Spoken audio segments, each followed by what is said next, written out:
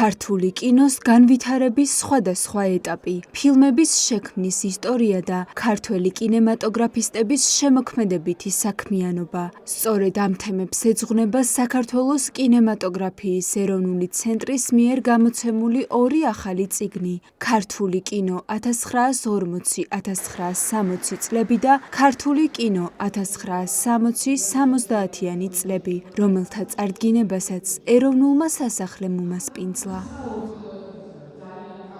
წიგნების სერია ქართული კინო, რომელსაც ეროვნული კინოცენტრი რამდენიმე წელია უკვე გამოსცემს, უნიკალური გამოცემებისგან შედგება. იმდენად, რამდენადაც ამ წიგნებში კონკრეტული დეკადის ქართული კინო და არა მხოლოდ კინო, მათ შორის ისტორიული, ეპოქალური კონტექსტები არის თავმოყრილი, სხვადასხვა პროფესიონალის მიერ დაწერილი სტატიები, საარქივო მასალები, აფიშები, კადრები ფილმებიდან, ყველაფერი ეს თავს იყრის სწორედ ამ წიგნებში და ამავდროულად აუცილებლად უნდა აღვნიშნო, რომ გარკვეულწილად სიმბოლურია, რომ ეროვნული სასახლის არკებიან დარბაზში მოხდა მესამე და მეოთხე წიგნის პრეზენტაცია იმ შენობაში, რომელიც არა მხოლოდ ისტორიული მნიშვნელობის კულტურულ საგანმანათლებელ ცენტრია ჩვენთვის, საქართველოსთვის, არამედ ქართული კინოს მჭიდროდ არის დაკავშირებული.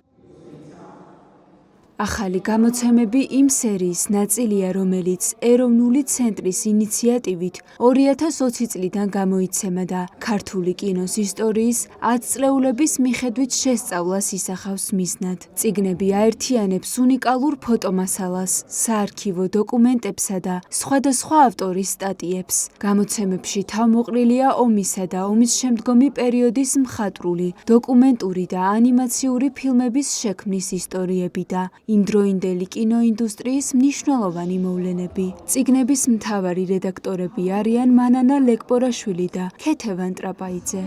საქართველოს კინემატოგრაფს ძალიან დიდი ისტორია ჰქონდა და განსაკუთრებით მინდა მადლობა გადაუხადო ყველა ავტორს, ვინც ამ გამოცემებში იღებენ მონაწილეობას, იმიტომ რომ ეს არის ერთგვარი ენციკლოპედია და უფრო დიდი, იმიტომ რომ მოიცავს ყველა საარქივო ნამუშევარს და ყველა სამეცნიერო ნამუშევარს ქართული კინოს შესახებ და ძალიან კარგი ფორმაა იმისთვის, რომ ერთად მოიკრიბოს ყველაფერმა ქართული კინოს შესახებ ერთ ადგილას იყოს ეს კონცენტრირებული.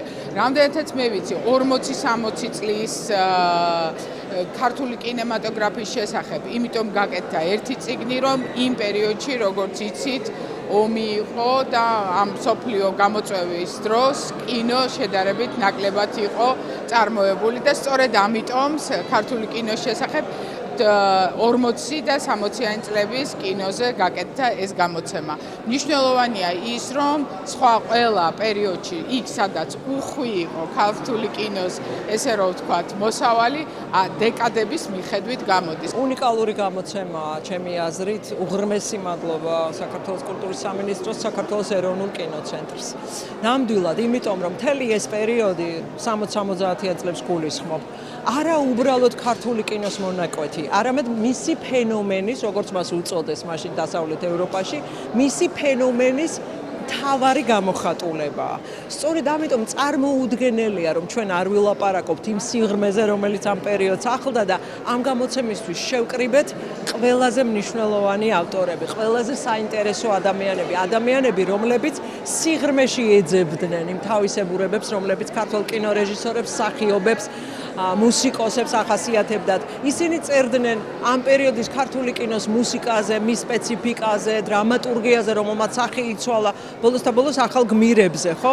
რომლებმაც აი სოციალიზმისთვის დამახასიათებელია ესეთი ძალიან სწორხაზოვანი გმირებიდან გადაინაცვლეს ტანჯული, მოფიქრალი, დრამატული ტიპების იმიჯში. ამიტომ იმდენად საინტერესო და მნიშვნელოვანია ეს პერიოდი, რომ ჩვენ მაქსიმალურად ვეცადეთ, რომ ავტორების ნამუშევრებიც და ავტორთა ნაკრებიც ყოფილიყო ამდენადვე საინტერესო და მგონი რომ ეს მოვახერხეთ.